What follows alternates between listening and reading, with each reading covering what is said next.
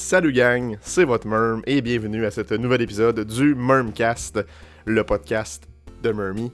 Je suis Mermy et écoutez, ça fait maintenant 6 jours au moment où je tourne cette vidéo que la Switch 2 est sortie et est disponible sur le marché.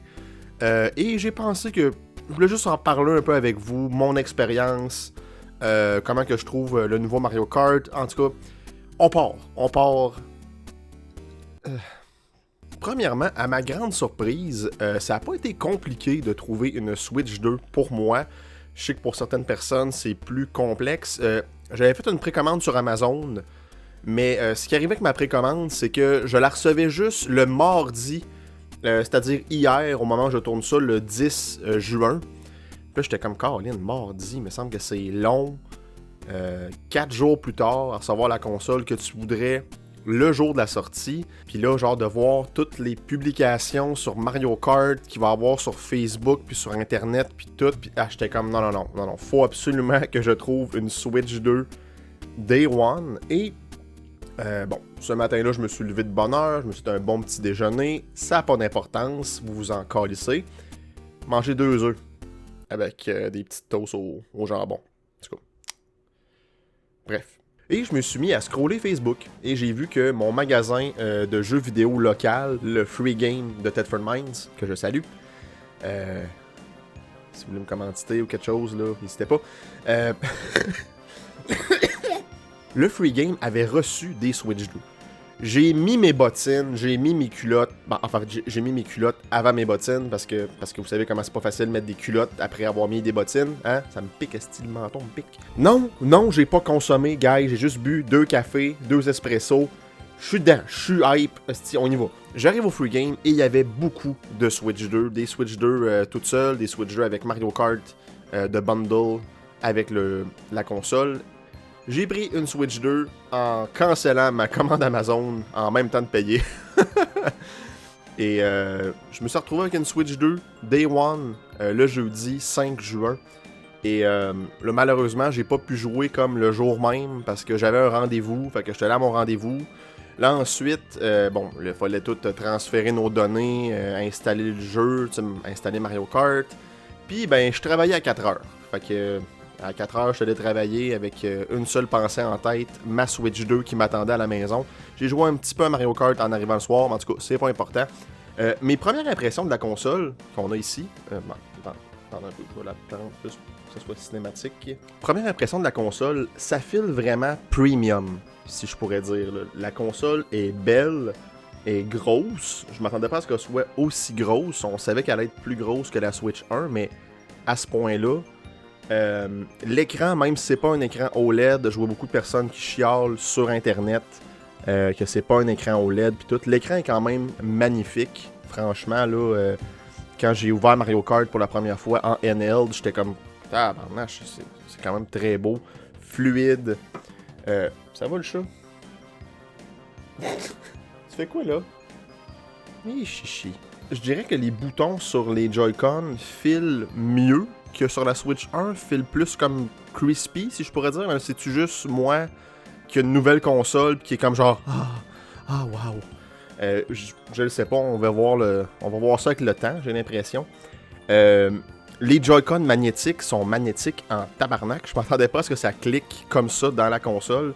On avait tous des doutes un peu, tu sais, ça va-tu tenir en place avec le temps? J'ai pas l'impression que ça va lâcher de sitôt. Le transfert de données entre la Switch 1 et 2 s'est fait de manière seamless. Pour vrai, j'ai rien à dire, ça a super bien été. C'était très simple et fluide. Bon, j'étais un peu déçu que le UI, bon, on le savait d'avance, mais le UI de la console, l'interface d'utilisateur est le même que sur la Switch 1, genre copier-coller. Tu sais, il n'y a rien de différent. Mais bon, je me dis, au moins, c'est de quoi de familier. On sait dans quoi on s'embarque. On sait où est-ce qu'on s'en va avec ça. La console a coûté cher. La console a coûté très cher. Parce qu'au Free Game, je pouvais acheter une console avec Mario Kart. Mais il fallait que j'achète un autre jeu ou un accessoire avec. Sûrement pour, je sais pas, peut-être éviter les scalpers ou... En tout cas, peu importe. Puis je me suis acheté une autre paire de Joy-Con. Ça m'a coûté 930$, je crois, avec les taxes. C'est un gros coup à payer, mais quand même, je suis content de l'avoir fait. Je suis content d'avoir une Switch 2. J'arrive le soir, j'ai hâte de jouer avec ma Switch 2. Et la console file vraiment good. Pour vrai, la console est belle, elle est le fun à tenir en main. Elle file vraiment premium. Le dock aussi file premium. Bon, c'était un peu de la merde avec la... Il y a comme une espèce de petite porte en arrière pour comme placer tes fils. Un peu comme la Switch 1, mais là la petite porte, elle peut popper. La petite porte, elle pop. La petite porte, elle pop. Puis après ça, j'ai comme eu de la misère à remettre ma petite porte pour mon dock. Mais en tout cas, ça c'est juste un petit nitpicking, là. J'ai vu sur internet qu'il y a beaucoup de personnes qui ont eu des problèmes avec leur écran. Heureusement, moi, la mienne n'a pas été brochée. Je sais pas si vous avez vu les histoires sur internet de magasins qui brochaient la facture sur la boîte et en fait ça allait brocher l'écran de la Switch 2. Côté packaging, la boîte était vraiment tight, petite. J'aurais peut-être mis une boîte plus grosse un peu avec plus de stuffing dedans, tu sais, genre des petites momousses ou du styromousse ou du papier bulle, tu sais, pour essayer de protéger plus la console. Mais bon, somme toute, mon expérience d'achat a été magnifique. En magasin au Free Game, j'ai vu des super belles boîtes de N64 absolument magnifiques, intactes, qui se vendaient à un prix de fou. Ça n'a pas d'importance. Pourquoi je parle de ça? Hostie que je divague. Et moi, pour vrai, j'ai acheté cette console-là. Parce que je voulais jouer au nouveau Mario Kart, qu'on va parler dans quelques instants. Mais aussi parce que je suis hype pour les prochains jeux qui sortent. J'ai hâte à Donkey Kong. Kirby Air Riders a été annoncé pour 2025. Il y en a ce petit poil ici qui gosse, hein? Hey, je m'excuse, gang. Chris, moi, je pense que si j'aurais vu ça dès le début, j'aurais fixé sur ça. Hey, je m'excuse. Je m'excuse pour les toqueux. Bon, il y a encore un petit peu de poil, mais c'est un peu moins pire. C'est ça, vivre avec un chat. Hein? Ah, chichi. Et en fin d'année, Metroid Prime 4. Je sais pas quand il va sortir, mais j'ai l'impression que ça va être un jeu de fin d'année. Mais le gros jeu que je voulais vraiment m'acheter, c'est le basketball paraplégique. Ah, bah, gang. Je le sais, vous avez pas acheté la Switch 2 pour jouer à Mario Kart World, le petit jeu de bébé lala. Ben non, le jeu de basketball paraplégique, c'est le jeu qu'on veut tous jouer, Hostifi. Parlant de ça, j'ai pas encore essayé le mouse control. Je devrais peut-être l'essayer prochainement, juste pour comme gosser sur le UI ou sur le eShop. Mais c'est sûr qu'avec Metroid Prime 4, ça va être du mouse control pas mal tout le temps. Ça va être vraiment, vraiment cool. Rentrons dans le vif du sujet maintenant, même si c'est juste un autre sujet, c'est pas vraiment le vif du sujet, mais Mario Kart World, mes impressions, qu'est-ce que ce jeu-là me dit? Très bon jeu. Le jeu est vraiment polish, comme on devait s'y attendre. Les courses sont vraiment le fun. Les contrôles sont un peu plus, je dirais, un peu plus mou que sur Mario Kart 8. Mais ça se prend vite en main. Mais oui, j'ai fait le saut en faisant ma première course. J'étais comme, ok, c'est pas comme Mario Kart 8. Faut que je monte ça de la tête. C'est pas aussi snappy. Mais ça va tout aussi bien. Les contrôles sont vraiment cool. Les pistes sont vraiment, vraiment nice. Vraiment des pistes créatives. On a même des remakes. Comme dans pas mal tous les jeux de Mario Kart, on a des remakes de vieilles pistes. Mais cette fois-ci, ils ont été complètement transformés que tu peux quasiment dire que c'est une nouvelle piste. Je pense entre autres à Dino Jungle de Double Dash, qui ressemble en rien à ce qui était sur GameCube, mais c'est le même layout, le même principe. On traverse un parc de dinosaures, en fait, là. Donc les pistes sont vraiment nice. J'aime le concept du open world, oui et non. Beaucoup de personnes ont chialé que c'était un peu vide. C'est vrai, mais en même temps, toutes les crises de jeux de course open world sont comme ça.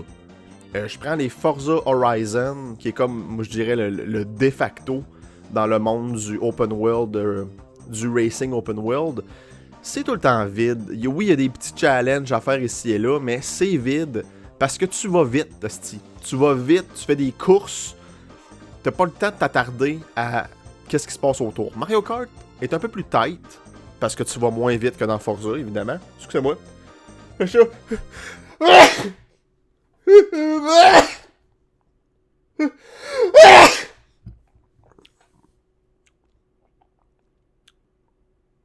Merci d'être là pour le Murmcast. Et il y a plus de choses à faire dans le open world de Mario Kart, mais c'est pas des choses qui sont vraiment importantes. Tu sais, les missions, les petites missions qu'ils annonçaient, oui, c'est le fun de les faire, sont des fois challenging, c'est le fun, mais ça donne pas grand chose à part des stickers, des petits autocollants que tu peux mettre avec comme une espèce d'emblème quand que tu joues online ou quand tu fais des grands prix. Ça n'a pas vraiment d'importance, pour vrai. On peut trouver aussi des sous de Princess Peach qui, encore une fois, calissent rien. On peut rien acheter avec, en tout cas pas à ce que je suis pas rendu là, si on peut acheter de quoi avec, je le sais pas en fait là. Et aussi, on peut trouver des espèces de cases de blocs, point d'interrogation de Mario là. On fait juste comme passer dessus, puis on débloque des stickers. Fait qu'on débloque pas grand chose, je trouve qu'il n'y a pas vraiment d'incitatif à aller se promener dans l'open world. Le mode photo, c'est bien beau, là, prendre des photos, mais tu peux juste faire ça, en fait. Mais là où ce que shine vraiment le mode open world et le monde ouvert, c'est la qualité des courses. Comme dans le knockout mode, là, le mode survie. Comment j'ai dit ça, moi? Le knockout mode. Parlant en acadien pendant 2 minutes. Le mode knockout, qui est un mode battle royale, là, le mode survie, c'est vraiment nice, d'avoir une espèce de longue piste qui s'étend sur des kilomètres et des kilomètres. C'est vraiment nice. J'aimerais ça avoir un mode Grand Prix normal où ce qu'on fait tout le temps nos courses, 3 laps, on passe à l'autre course, 3 laps, on passe à l'autre course. Et le mode Grand Prix qu'ils ont instauré, là, où ce que la première course, on fait 3 laps. Après ça, les autres courses, il faut se rendre à la prochaine piste, faire un tour de piste et la course est terminée. Encore une fois, on fait la même chose pour les 4 courses. Les deux ont leurs avantages, je pourrais dire, mais là, présentement, on peut juste faire le mode Grand Prix. Le nouveau mode Grand Prix, en fait. Fait que ça, je trouve ça un peu plate. Mais les lignes drettes, même si y a souvent des... C'est pas des lignes drettes, là, sont vraiment cool. Je dois dire que ça fait changement, ça fait en sorte qu'il y a tellement de pistes. Tu sais, oui, on a nos pistes, nos circuits fermés, mais on a tellement d'autres pistes. Genre, je serais curieux de calculer le nombre de pistes qu'il y a dans Mario Kart Tour si on compte tous ces facteurs-là. Fait que le mode Grand Prix est quand même fun. Le mode survie est surprenamment le fun, surtout online. Excusez-moi. Et j'ai failli faire mon premier rot. Ça sent bien. On va en avoir un avant la fin de la vidéo, c'est promis. Le knockout mode est vraiment cool. J'ai pas encore essayé le mode bataille parce que je suis pas un gars de mode bataille à Mario Kart. Je l'étais plus quand j'étais jeune avec des amis, quand on était couch co-op. Mais ça, en ligne, je vois pas l'intérêt tant que ça. Les petits costumes des personnages sont vraiment le fun. C'est le fun de les débloquer en allant chercher de la bouffe chez Yoshi's. Hein, Yoshi's? On va jeter de la bouffe à ton casse-croûte, chichi. On va jeter de la bouffe à ton casse-croûte. C'est ton casse-croûte à toi, ça, bébé. Oui, c'est le casse-croûte à chichi. Oui. C'est Yoshi's. Moi, je pensais qu'on allait comme débloquer des costumes par rapport à où ce qu'on est sur la map, mais j'ai pas vraiment... Tu sais, mettons qu'on est dans le désert, qu'on est avec Wario, qu'on passe chez Yoshi's, se prendre un Big Mac, ben on allait se transformer en Wario... le petit Wario style Aladdin. Mais c'est pas... J'ai pas remarqué...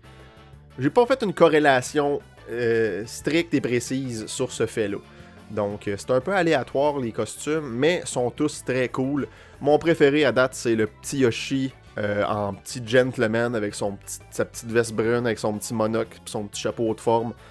C'est magique. C'est magique. C'est le fun aussi que chaque Grand Prix nous fait débloquer quelque chose comme... un personnage, on débloque les cartes en parcourant...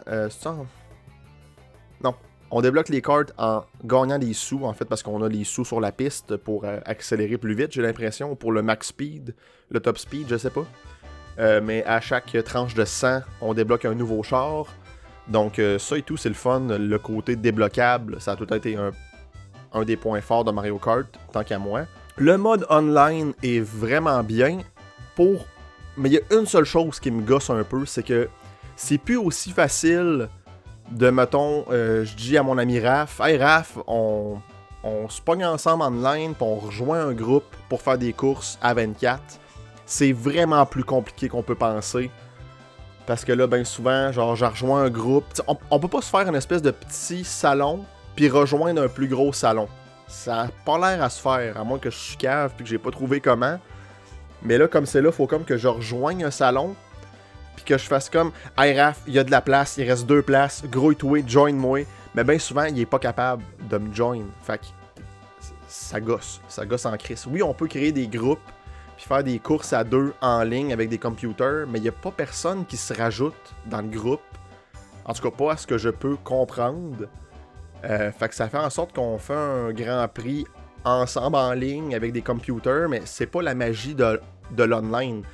Hier, j'ai réussi à jouer avec Fred online avec vraiment 24 personnes, mais ça a été tough là, de trouver le petit étincelle pour se rendre à ce point-là. Là. Fait que j'espère qu'ils vont patcher ça, trouver une manière de...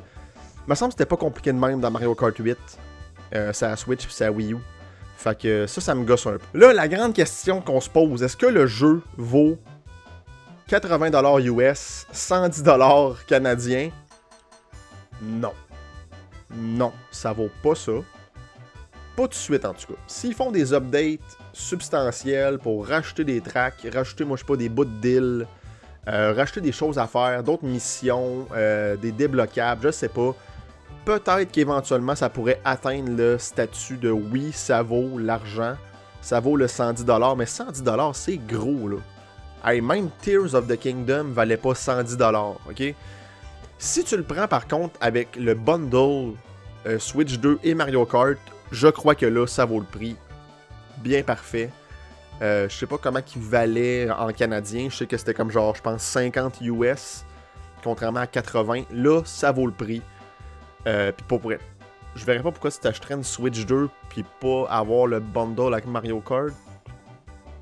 Moi, je sais qu'il y a du monde qui trippe moins Mario Kart, mais il me semble que tu t'achètes une Switch 2, c'est pour jouer au nouveau Mario Kart.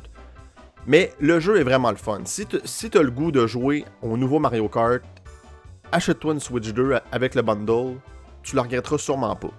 Si Mario Kart t'intéresse plus ou moins, ben, tu peux attendre facilement d'avoir un jeu qui va vraiment t'intéresser puis pop ton esprit.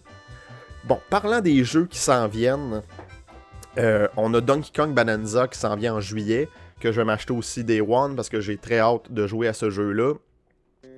On a... Qu'est-ce qu'on a d'annoncé? Attends un peu. On va aller voir officiellement. On a Super Mario Party Jamboree avec le Jamboree TV que je pense pas m'acheter parce que, bon, on a... moi, la caméra, ça m'intéresse plus ou moins. Je vois pas tant l'intérêt. Ça va prendre un bon jeu pour m'acheter une caméra, une Switch 2 camera. Ah oui, hey, parlant de ça, avant de continuer plus loin, le Game Chat, j'ai joué avec Fred hier sur Game Chat. Ça marche quand même super bien. Pour vrai, j'ai rien à dire. Lui, il était à l'autre bout de son salon. Sa Switch était en dessous de sa TV. J'entendais juste sa voix. J'entendais pas le jeu en arrière. La qualité audio était quand même très bonne pour la distance qu'il y avait avec la Switch. Moi, j'avais mon micro, mes écouteurs avec un micro sur le handheld. Fait qu'il m'entendait quand même bien. Mais j'étais surpris de la qualité du micro, si je pourrais dire comme ça. Puis le Game Chat, ça a été un petit peu de la merde de se connecter. Ça m'a pris comme par 3 fois, lui aussi. Mais bon, on a réussi à se connecter ensemble. Et pour vrai, ça marche bien. Ça marche très bien. Là, c'est à voir avec la caméra. Puis tout ça, je pourrais pas vous le dire parce que je m'achèterais pas de caméra. Puis j'ai pas personne qui a acheté une Switch 2 camera pour leur demander si ça fonctionne bien. Bon, où est-ce que je voulais en venir? Excusez-moi, c'était une petite parenthèse parce que ça me passe par la tête. Qu'est-ce qu'on a d'annoncé? On a Hyrule Warrior. Yeah, j'ai réussi à le dire. Age of Imprisonment, qui va être cet hiver. La date n'est pas annoncée. Kirby Air Riders. The Dusk Blood. Ça, c'est pour 2026. Ok, on s'en fout. Metroid Prime 4 Beyond, qui est aussi pour 2025. On sait pas trop quand. Kirby Forgotten Land. Plus Star Cross World, qui va être une espèce d'expansion pour la fin de août. Pokémon Legends ZA, qui va être le 16 octobre 2025. Bon, c'est pas mal les jeux first party de Nintendo qui sont annoncés à date pour 2025. Là, ça me fait penser par contre, ça va être quoi le jeu de Noël? Tu sais, là, parce qu'à chaque Noël, on a un holiday title qu'on appelle, tu sais, le gros jeu du temps des fêtes que les parents vont faire comme, oui, je dois acheter ce jeu-là avec une Switch 2 à mon garçon parce qu'il va aimer ça. Présentement, on a Pokémon. Pokémon est tout le temps un très bon vendeur, mais c'est jamais un holiday title. Dans le sens qu'il y a tout le temps Pokémon, puis un holiday title, first party de Nintendo. Là, présentement, on a genre Kirby Air Riders, qui je crois pas est un holiday title. Je veux dire, moi, je suis vraiment hype pour ce jeu-là parce que j'ai adoré le jeu sur GameCube. Mais le monde s'entorche, la plupart du monde s'entorche de ce jeu-là, même si c'est fait par Sakurai. Ça va prendre un hostie direct de fou sur Kirby Air Riders pour dire que ça va être le holiday title. Ils ont annoncé hier un spin-off de Splatoon. C'était quoi déjà le nom? En tout cas, il y a un spin-off qui s'en vient, comme genre First Player. Ça peut-tu être un holiday title? Peut-être, vu que Splatoon est vraiment populaire avec les jeunes. Mais en même temps, moi, quand je joue à Splatoon, c'est pour jouer en multiplayer, tu sais. Fait que je le sais pas. Metroid Prime 4, c'est pas un jeu, c'est pas un holiday title non plus. Ça va vendre ceux qui veulent vraiment l'acheter. Comme moi, depuis qu'il a été annoncé en 2017 que je vais acheter ce jeu-là. Mais les autres s'entorchent de Metroid Prime 4 Beyond. Fait que, qu'est-ce qui pourrait être un holiday title? Un nouveau Mario 3D? Mais en même temps, Donkey Kong Bonanza est un peu le platformer 3D pour commencer la console. Il y a des grosses rumeurs que c'est fait par la team de Mario Odyssey. Fait que, peut-être un Mario 2D, mais en même temps, on vient juste d'avoir Super Mario Wonder, à moins qu'ils sortent une sequel bien quick. Mario Wonder 2 pour la Switch 2, ça pourrait être ça. Moi, je dis qu'il va plus avoir un Switch 2 Edition du premier, avec peut-être des niveaux rajoutés, des DLC, ou je sais pas. Hyrule Warrior, c'est un jeu très niché aussi. C'est pas un holiday title. Pour vrai, je sais vraiment pas qu'est-ce que pourrait être un holiday title. Moi, je dis qu'il va y avoir un direct de la Switch 2 très bientôt, parce qu'il y a tout le temps un direct en juin, c'est inévitable. Puis, j'ai l'impression qu'on va avoir un holiday title sur ce direct-là. Ça peut être un... Pour vrai, je sais vraiment pas. Peut-être un Star Fox, un nouveau Star Fox, un nouveau F-Zero. En même temps, F-Zero, ça aussi c'est très niché. En parlant de ça, les jeux de GameCube sur Switch Online roulent très bien. J'ai rien à dire sur l'émulateur de GameCube à date. J'ai pas encore commencé Wind Waker, mais F-Zero et Soul Calibur run très bien. Soul Calibur, je suis mauvais, gang, ça a pas de crise de bon sens. J'ai jamais trippé ces jeux de combat style Soul Calibur, là, à apprendre des combos pis tout, là, c'est pas mon truc ben. Ça peut-tu être un port de Smash Ultimate? Smash Ultimate Deluxe? Genre avec toutes les DLC, toutes les pas les Game Pass, mais les Fighter Pass qu'il y a eu sur Smash Ultimate. C'est une question qui reste en suspens. Je le sais pas. Est-ce qu'il suffit sur Pokémon pour être le holiday title? Ça se peut. C'était mes impressions. Ma petite revue de Mario Kart World. Ainsi que qu'est-ce qui va se passer avec 2025 pour la suite. J'aimerais savoir dans les commentaires, avez-vous acheté une Switch 2 Day One? L'avez-vous pris avec le bundle de Mario Kart? Attendez-vous un jeu qui va vraiment vous intéresser? Attendez-vous une autre version de la Switch 2 comme la Switch 2 Lite que je suis pas mal certain qu'il va arriver un jour. Peut-être une Switch 2 améliorée comme la OLED avec la Switch 1. Qu'est-ce que vous pensez de Mario Kart World, sincèrement? Et qu'est-ce que vous croyez va être le Holiday Title de 2025 pour la Switch 2? J'aimerais vous entendre dans les commentaires. Merci beaucoup d'avoir été là tout le monde. C'était Murmy pour le Murmcast et on se dit à la prochaine. Ciao! Ça, c'est chichi. C'est chichi, ça. Oui, c'est chichi, ça. Oui, ça, c'est chichi. Ouais, fait que, moi te prendre un gros roteux avec une grosse liqueur en fontaine, diète, s'il te plaît, je suis au régime. Tu me mettrais avec ça un extra bacon dans mon roteux, pis moi te prendre aussi, c'est quoi là, tes petits cigares au chou là? Ouais, moi te prendre ça, s'il te plaît, avec un milkshake. Toi, mon homme, qu'est-ce que tu veux? Parle plus fort, le monsieur t'entend pas.